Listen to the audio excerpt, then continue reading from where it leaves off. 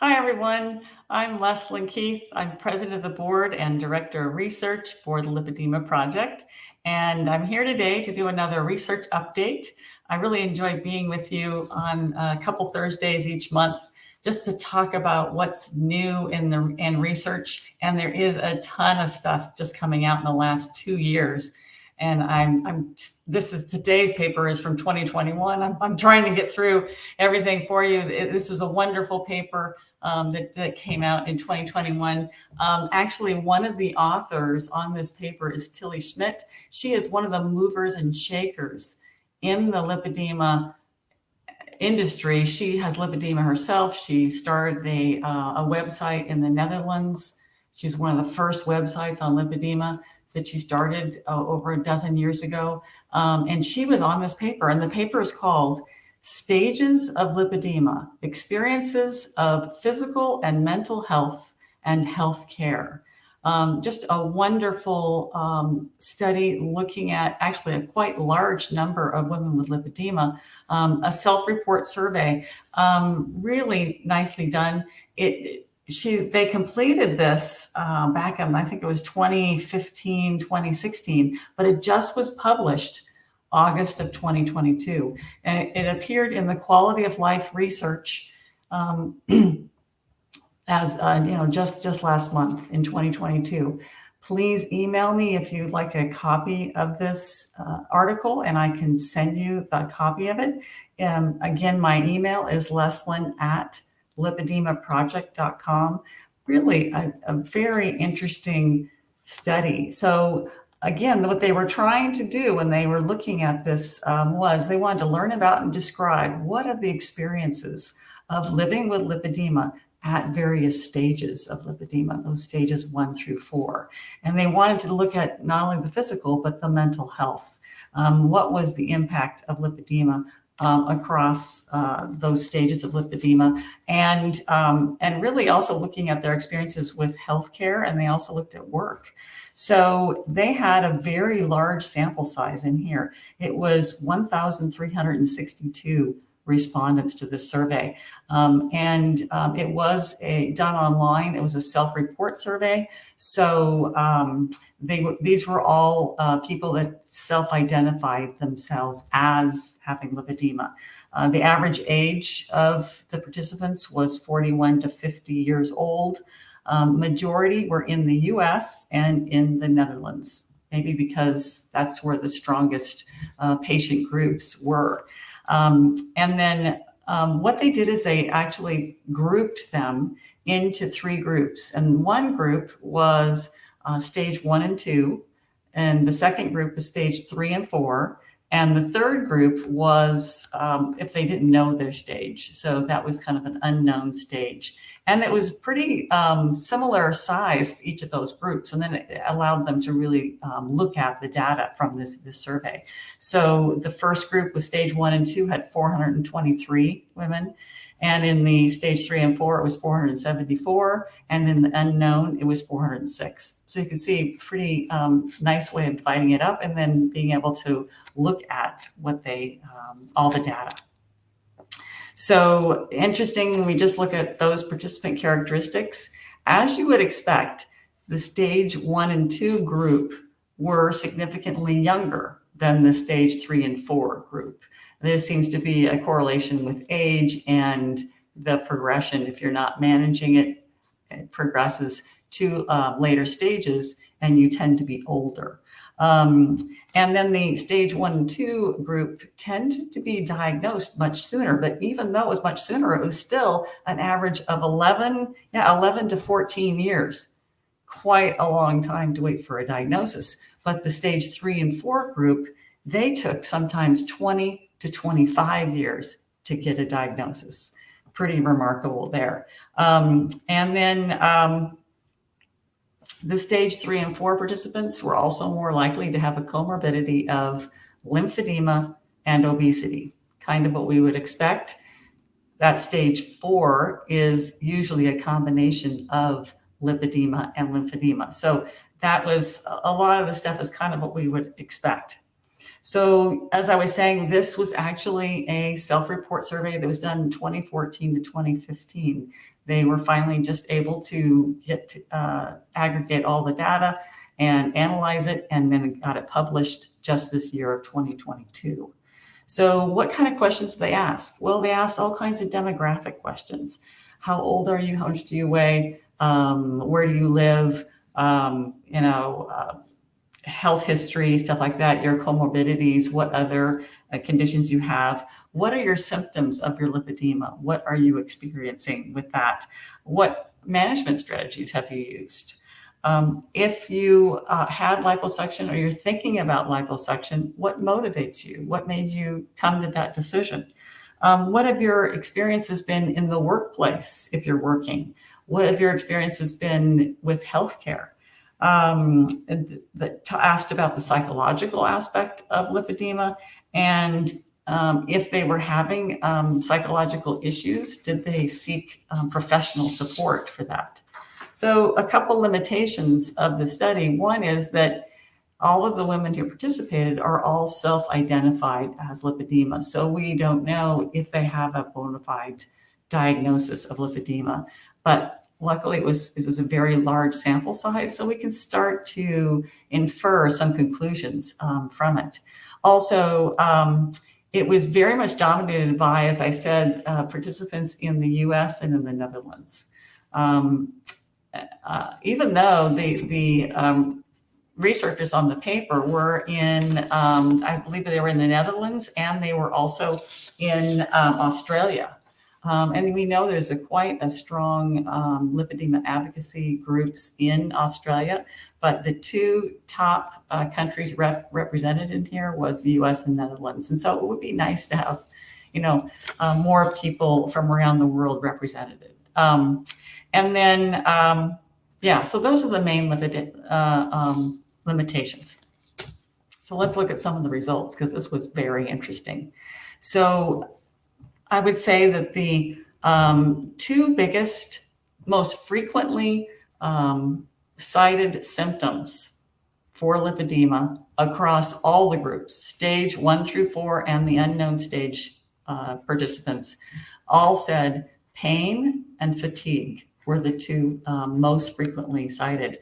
And it was quite high in each of those groups. For instance, for pain by itself, the stage 3 to 4, kind of how you expect, 89.7% said they were experiencing pain.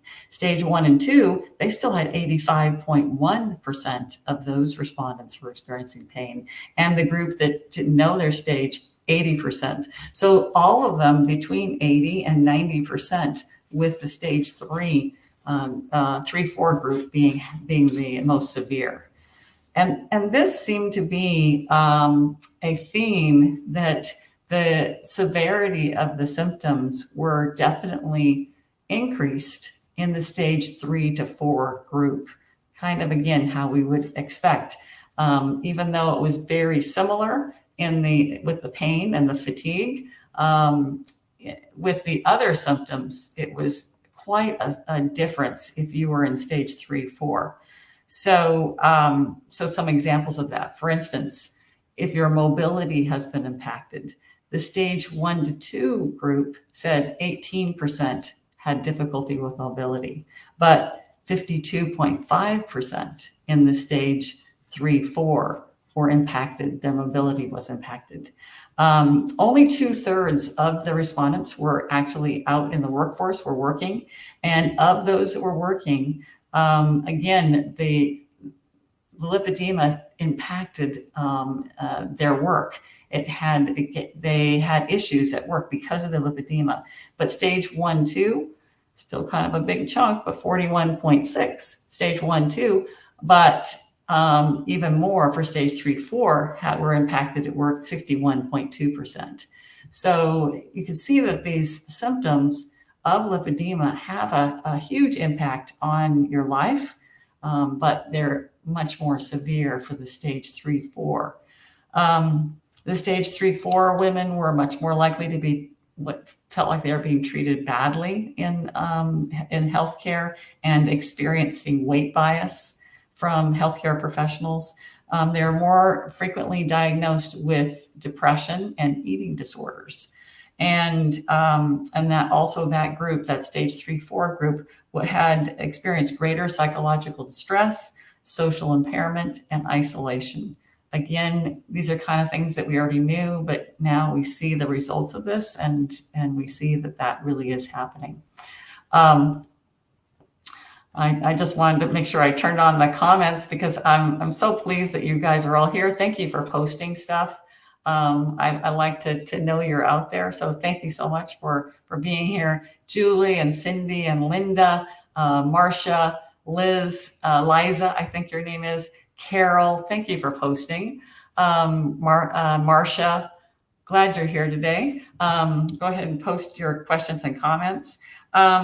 So a very interesting outcome of the study I thought was interesting was that although many of the people who responded had psychological issues related to their lipedema and actually were suffering from some kind of distress psychologically, only 22% sought professional help.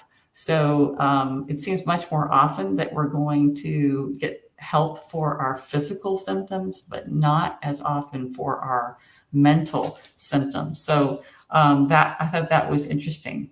A majority of the participants said that their healthcare providers were dismissive, that they were inclined to just believe that their symptoms were really related to obesity.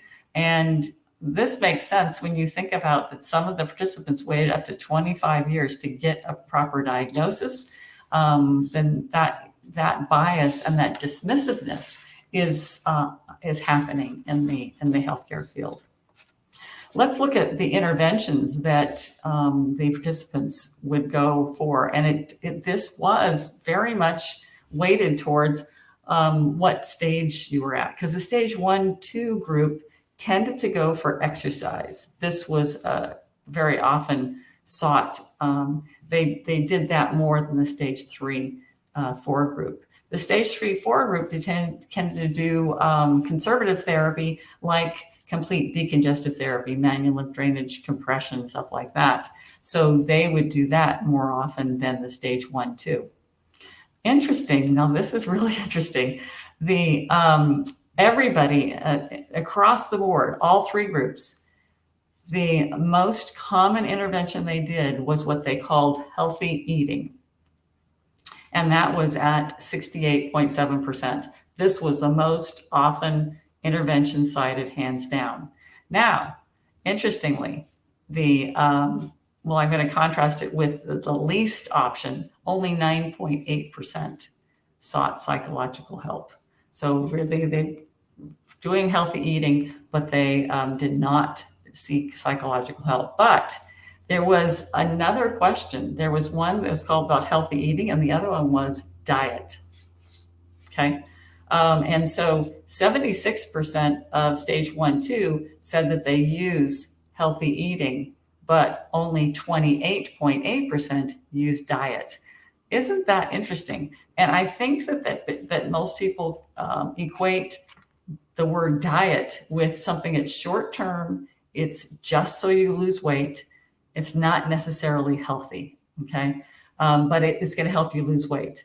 Whereas healthy eating is actually excellent for your health, but it may not actually help you lose a significant amount of weight. So I think that people think of those as two different things. And you can see that how they responded. The stage 1-2, 76% healthy eating, about just under 29% diet. And that was similar for all the other groups, that they more often than they would use healthy eating and they would not use diet. And we know at Lipedema Simplified and Lipedema Project that a ketogenic diet is excellent for losing weight, but it's also healthy eating. And so it's unfortunate that I think that people may think of a ketogenic diet because it's so good at helping you lose weight, that maybe it's not so healthy. But we know that the science just show that it really is. So that's kind of unfortunate. But I think this is valuable information to know, that this is, I think, what people's the general public's perception is that there's a difference between diet or dieting and healthy eating. So let's look at liposuction. So this is really interesting. What motivated you to want to go to liposuction? And so 13% of participants had already had liposuction, but interestingly, over 80% said that they are interested in liposuction and are looking into it, and they might be doing it. They're considering it as a possibility. So this is an intervention that is at least investigated by many women with lipedema. And so the motivation for wanting to get liposuction, stage 1, 2, usually they chose the option of, quote, to be thinner. So they wanted to reduce the size of their legs. So they were more inclined to pick that than, say, the stage 3, 4 group. Interestingly, usually the larger volume on the legs with 3 or 4, but it was more important for stage 1, 2 to have those thinner legs. And then stage 3 and 4, their more commonly cited reason was improving mobility. That makes sense too. So they were 70% wanted to do it for mobility versus stage 1, 2, about 42% wanted to do it for improving mobility. So, but this is really interesting. The single most cited reason for being interested in or having had liposuction was to reduce the pain associated with lipedema. And that does make sense as well when we see that that was the most frequently cited symptom was pain and fatigue. So stage 1 and 2, 72% would use it for pain.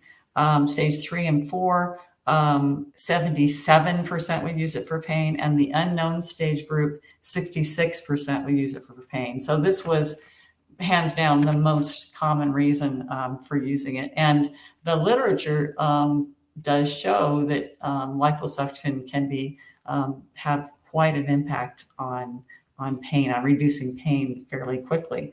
But there's lots of other things you need to look into when you choose that option. So we really urge you to do your homework and consult with a lot of people before making your decision.